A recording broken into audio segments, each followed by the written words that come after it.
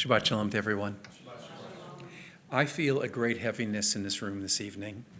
I'm not sure where it's coming from. I think it's coming from we actually live in this world and we know what's happening to it.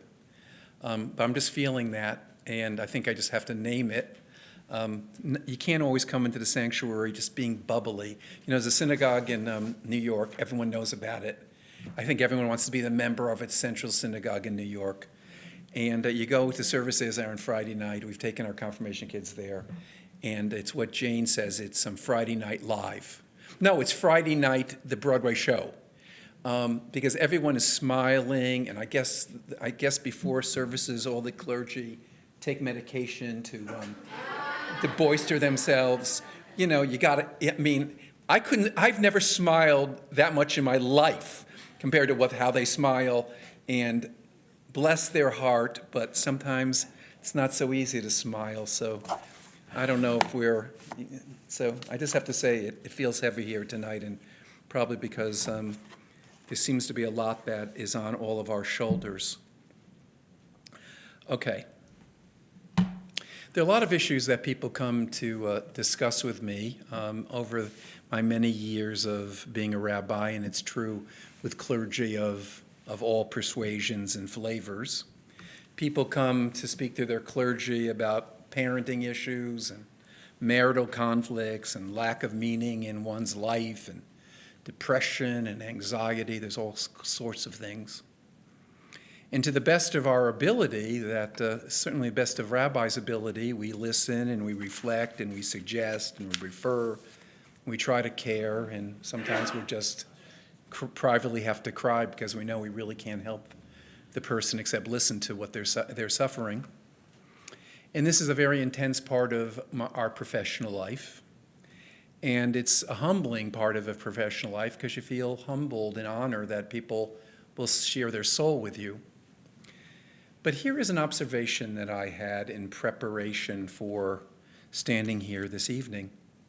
In the course of 4 decades of my performing or carrying out or being blessed with rabbinic counseling, no one has ever come to me about the issue of abortion. Not once.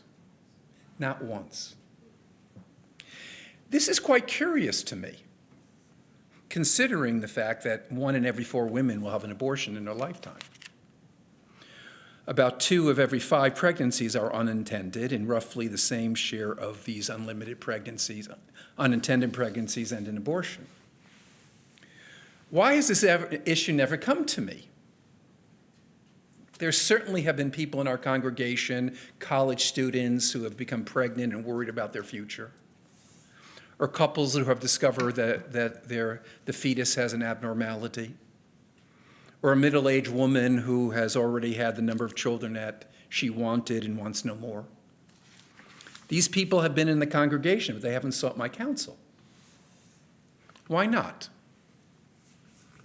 I could blame myself, some flaw within me.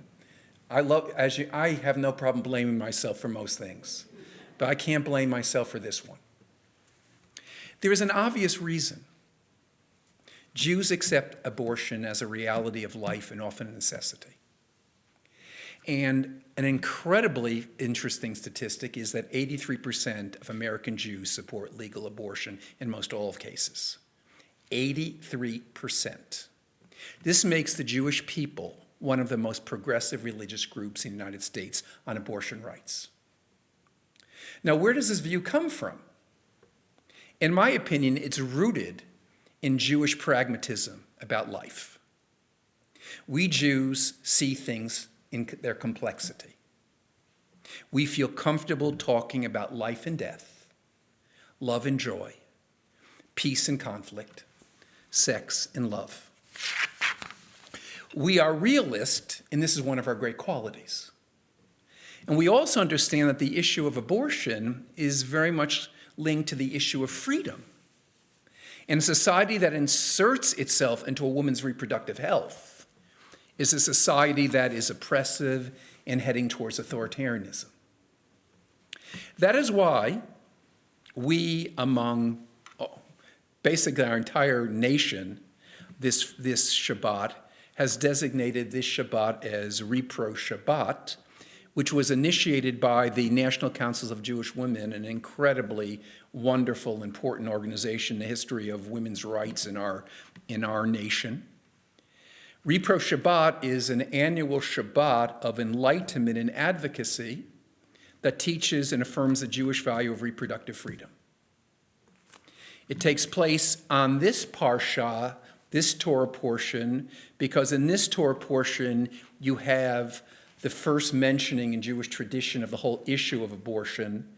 And we're not going to get into the foundation of the whole biblical text, but what is spoken about and taught in this week's Torah portion is the foundation of Judaism's approach to reproductive health, rights, and justice. This is not a Shabbat celebrating abortion. That is offensive. No one seeks an abortion. This Shabbat is about the need of our Jewish community to protect reproductive health care and the right of any woman to have control of their own body. And we know there is a war against reproductive health care in this country, which includes bans on contraception. Abortion access is a major crisis in the United States.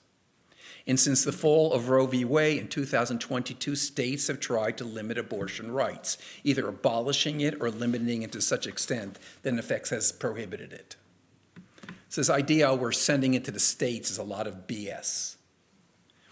What has happened is a specific Christian view of abortion has become law.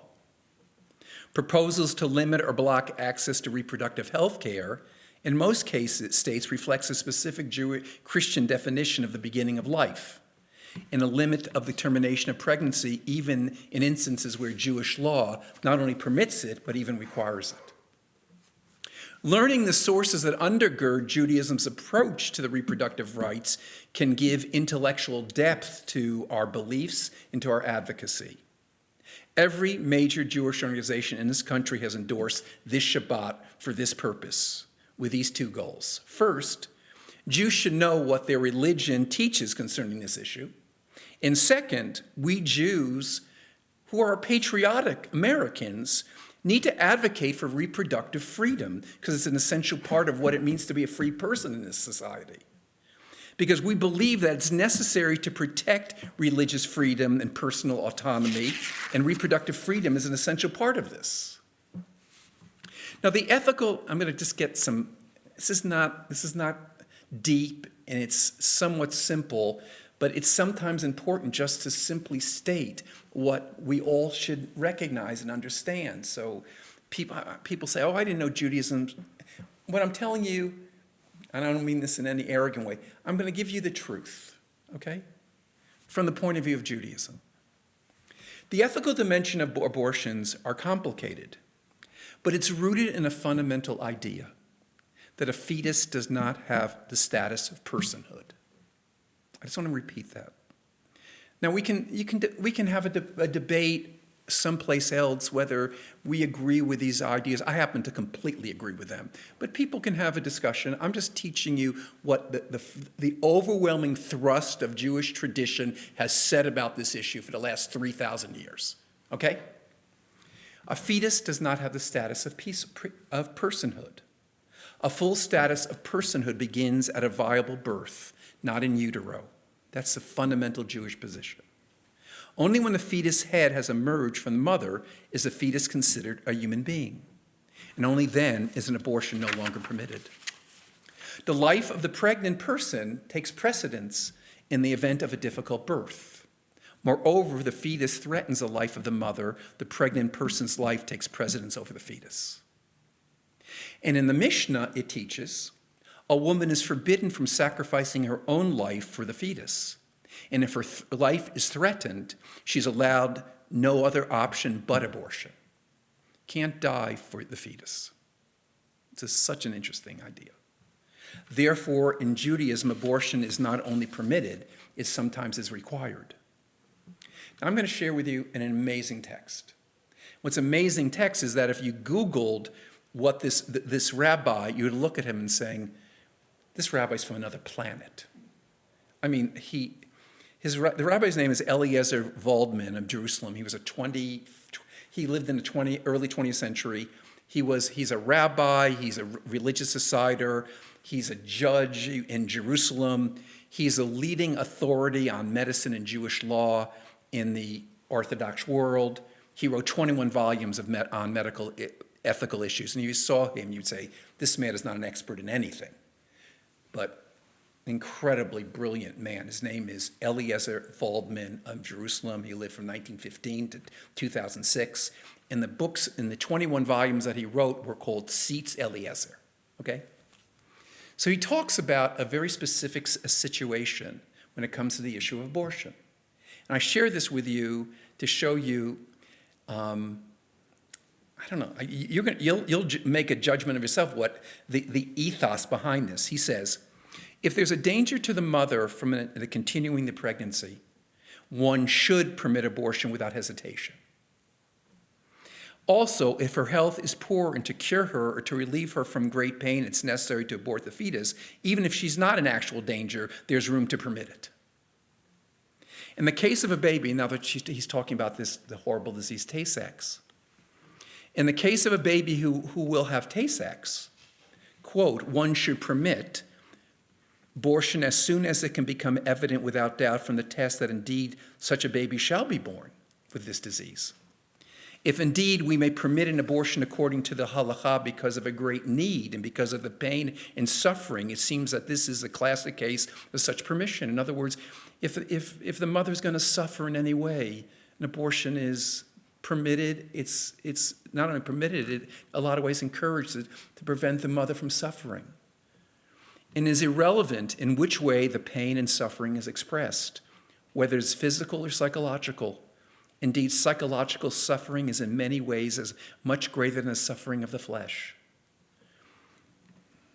It's just incredibly, it's so, I don't understand why this isn't so self-evident to other religious traditions. This reflects such a depth of love and compassion and understanding of the human condition. Not a lot of judgment, but a lot of understanding of what people need and it's just really incredible. According to this sage, if any way the pregnancy could cause mental duress, abortion is permitted. Now, all post-scheme, all religious authorities, from the most liberal to the orthodox, without exception, believe that there are moments when abortion is not only acceptable, it's mandated. Let me go on. Religion always connects to politics. Reproductive freedom is a First Amendment issue.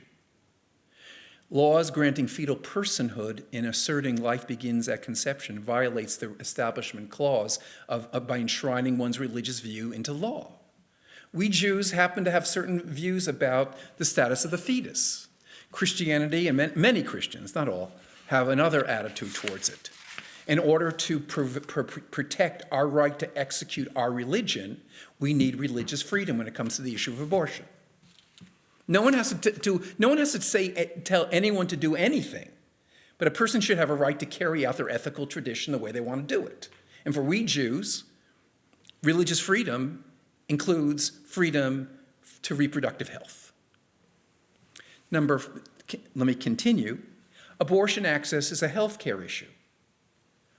It's an issue of pikuach nefesh, the saving of a life. And restricting access goes against Jewish values of safety and justice. For example, and we know this case, it's obscene. We know the Texas abortion ban allows abortion in cases of medical emergency, but the vagueness of the law puts the doctors in a situation where basically they don't know whether they should intervene or not. And as such, some doctors fearful about liability refused care to patients with life-threatening conditions, such as ectopic pregnancies, forcing them to risk their lives by driving 12 to 15 hours out of the state for an abortion care. As such, some doctors fearful about liability have refused to care for the patients with life-threatening conditions. That's in America. Our affirmation of our Jewish views are urgent. Now, look, I get it. The Jewish community, 83% of us agree that abortion should be permitted. in basically all situations. But there's 12 states already who have banned abortion, have abortion bans. And reproductive freedom in the state of Missouri, I can't even keep up with it. It's back and forth. One day it's on, one day it's off. So tonight, let us be inspired by how Jewish tradition approaches this complex issue. And regardless of what we personally would do in any given situation, because abortion is such a personal choice, let us do what we Jews have most often done: affirm freedom, autonomy, the right of people to make difficult personal decisions about their bodies without the intrusion of theocratic know-it-alls. And we must not remain idle while barriers to health care are placed on people of all different persuasions, of all different socioeconomic backgrounds. We need to work towards an America where reproductive freedom is not something we always have to fight for, but something that we should accept to be a necessity for our society. We don't have an option to remain silent on this issue. Shabbat